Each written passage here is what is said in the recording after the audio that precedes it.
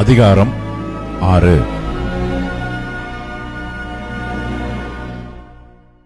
ராஜ்யம் முழுவதையும் ஆளும்படிக்கு தன் ராஜ்யத்தின் மேல் 120 தேசாதிபதிகளையும், ராஜாவுக்கு நஷ்டம் வராதபடிக்கு அந்த தேசாதிபதிகள் கணக்கு ஒப்புவிக்கிறதற்காக அவர்களுக்கு மேலாக 3 பிரதானிதிகளையும் ஏற்படுத்துவது தரியுவுக்கு நலமென்று கண்டது. இவர்களில் தானியேல் ஒருவனாயிருந்தான்.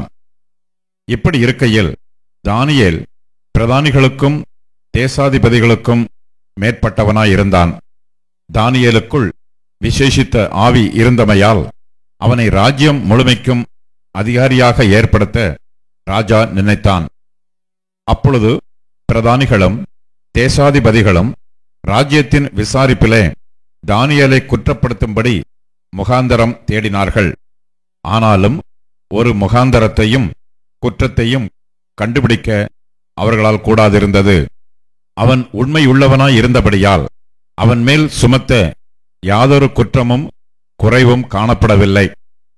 அப்பொழுது அந்த மனுஷர், நாம் இந்த தானியேலை அவனுடைய தேவனைப் பற்றிய வேத விஷயத்திலே குற்றப்படுத்தும் முகாந்திரத்தை கண்டுபிடித்தாலொழிய அவனை வேறொன்றிலும் குற்றப்படுத்தும் முகாந்திரத்தை கண்டுபிடிக்கக்கூடாது என்றார்கள்.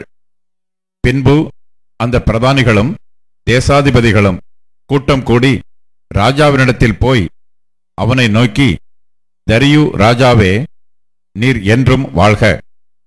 எவனாகிலும் 30 நாள் வரையில் ராஜாவாகிய உம்மை தவிர எந்த தேவனையானாலும் மனுஷனையானாலும் நோக்கி யாதொரு காரியத்தை குறித்து விண்ணப்பம் பண்ணினால் அவன் சிங்கங்களின் கெபியிலே போடப்பட ராஜா கட்டளை பிறப்பித்து உறுதியான தாக்கீது செய்ய வேண்டும் என்று ராஜ்யத்தினுடைய எல்லா பிரதானிகளும் தேசாதிபதிகளும் பிரபுக்களும் மந்திரிமார்களும் தலைவர்களும் ஆலோசனை பண்ணிக் கொண்டிருக்கிறார்கள். ஆதலால் இப்போதும் ராஜாவே, மேதியருக்கும் பெர்ஷியருக்கும் இருக்கிற மாறாத பிரமாணத்தின்படியே அந்த தாக்கீது மாற்றப்படாதபடி நீர் அதை கட்டளையிட்டு அதற்கு கையெழுத்து வைக்க வேண்டும் என்றார்கள். அப்படியே ராஜாவாகிய தரியு அந்த கட்டளை பத்திரத்துக்கு கையெழுத்து வைத்தான். தானியேலோ வென்றால் அந்த பத்திரத்துக்கு கையெழுத்து வைக்கப்பட்டது என்று அறிந்தபோதிலும் தன் வீட்டுக்குள்ளே போய் தன் மேல் அறையிலே எருசலேமுக்கு நேராக பலகணிகள் திறந்திருக்க அங்கே தான் முன் செய்து வந்தபடியே தினம் 3 வேளையும் தன் தேவனுக்கு முன்பாக முழங்காற்படியிட்டு ஜெபம் பண்ணி ஸ்தோத்திரம் செலுத்தினான். அப்பொழுது அந்த மனுஷர் கூட்டம் கூடி தானியேல் தன் தேவனுக்கு முன்பாக ஜெபம் பண்ணி விண்ணப்பம் செய்கிறதை கண்டார்கள். பின்பு அவர்கள் ராஜாவுக்கு முன்பாக வந்து, ராஜாவின் தாக்கீதை குறித்து எந்த மனுஷனாகிலும் 30 நாள் வரையில் ராஜாவாகிய உம்மை தவிர எந்த தேவனையானாலும் மனுஷனையானாலும் நோக்கி யாதொரு காரியத்தை குறித்து விண்ணப்பம் பண்ணினால் அவன் சிங்கங்களின் கெபியிலே போடப்பட வேண்டும் என்று நீர் கட்டளை பத்திரத்தில் கையெழுத்து வைத்தீர் அல்லவா என்றார்கள். அதற்கு ராஜா, அந்த காரியம் மேதியருக்கும் பெர்சியருக்கும் இருக்கிற மாறாத பிரமாணத்தின்படி உறுதியாக்கப்பட்டதே என்றான். அப்பொழுது அவர்கள் ராஜாவை நோக்கி, சிறைப்பிடிக்கப்பட்ட யூதேயா தேசத்தின் புத்திரரில் தானியேல் என்பவன் உம்மையும் நீர் கையெழுத்து வைத்துக் கொடுத்த கட்டளையையும் மதியாமல் தினம் 3 வேளையும் தான் பண்ணும் விண்ணப்பத்தை பண்ணுகிறான் என்றார்கள். ராஜா இந்த வார்த்தைகளை கேட்டபோது தன்னில் மிகவும் சஞ்சலப்பட்டு தானியேலை காப்பாற்றும்படிக்கு அவன் பேரில் தன் மனதை வைத்து அவனை தப்புவிக்கிறதற்காக சூரியன் அஸ்தமிக்கு மட்டும் பிரயாசப்பட்டுக் கொண்டிருந்தான். அப்பொழுது அந்த மனுஷர் ராஜாவினிடத்தில் கூட்டமாய் வந்து, ராஜா கட்டளையிட்ட எந்த தாக்கீதும் கட்டளையும் மாற்றப்படக்கூடாதென்பது மேதியருக்கும் பெர்ஷியருக்கும் பிரமாணமாயிருக்கிறது என்று அறிவீராக என்றார்கள். அப்பொழுது ராஜா கட்டளையிட அவர்கள் தானியேலை கொண்டு வந்து அவனை சிங்கங்களின் கெபியிலே போட்டார்கள். ராஜா தானியேலை நோக்கி, நீ இடைவிடாமல் ஆராதிக்கிற உன் தேவன் உன்னை தப்புவிப்பார் என்றான். ஒரு கல் கெபியினுடைய வாசலின் மேல் கொண்டு வந்து வைக்கப்பட்டது. தானியேலை பற்றிய தீர்மானம் மாற்றப்படாதபடிக்கு ராஜா தன் மோதிரத்தினாலும் தன் பிரபுக்களின் மோதிரத்தினாலும் அதன் மேல் முத்திரை போட்டான். பின்பு ராஜா தன் அரண்மனைக்கு போய் இரா முழுவதும் போஜனம் பண்ணாமலும் கீத வாத்தியம் முதலானவைகளை தனக்கு முன்பாக வர ஒட்டாமலும் இருந்தான். அவனுக்கு நித்திரையும் வராமற் போயிற்று. காலமே கிழக்கு விழுக்கும்போது ராஜா எழுந்திருந்து சிங்கங்களின் கெபிக்கு தீவிரமாய்ப் போனான்.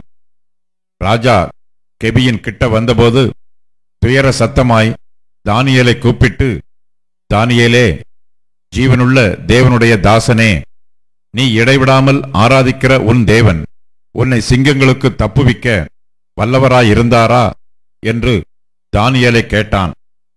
அப்பொழுது தானியேல், ராஜாவே, நீ என்றும் வாழ்க.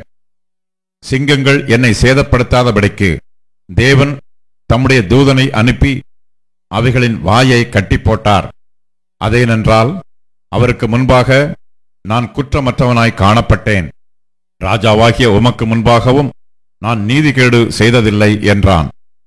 அப்பொழுது ராஜா தன்னில் மிகவும் சந்தோஷப்பட்டு தானியேலை கெபியிலிருந்து தூக்கிவிடச் சொன்னான். அப்படியே தானியேல் கெபியிலிருந்து தூக்கிவிடப்பட்டான். அவன் தன் தேவன் பேரில் விசுவாசித்திருந்தபடியால் அவனில் ஒரு சேதமும் காணப்படவில்லை. தானியேலின் மேல் குற்றம் சாற்றின மனுஷரையோ வென்றால் ராஜா கொண்டு வரச் சொன்னான். அவர்களையும் அவர்கள் குமாரரையும் அவர்கள் மனைவிகளையும் சிங்கங்களின் கெபியிலே போட்டார்கள். அவர்கள் கெபியின் அடியிலே சேரும் முன்னே சிங்கங்கள் அவர்கள் மேல் பாய்ந்து அவர்கள் எலும்புகளையெல்லாம் நொறுக்கி போட்டது. பின்பு ராஜாவாகிய தரியு தேசமெங்கும் குடியிருக்கிற எல்லா ஜனங்களுக்கும் ஜாதியாருக்கும் பாஷைக்காரருக்கும் எழுதினது என்னவென்றால், உங்களுக்கு சமாதானம் பெருகக் கடவது.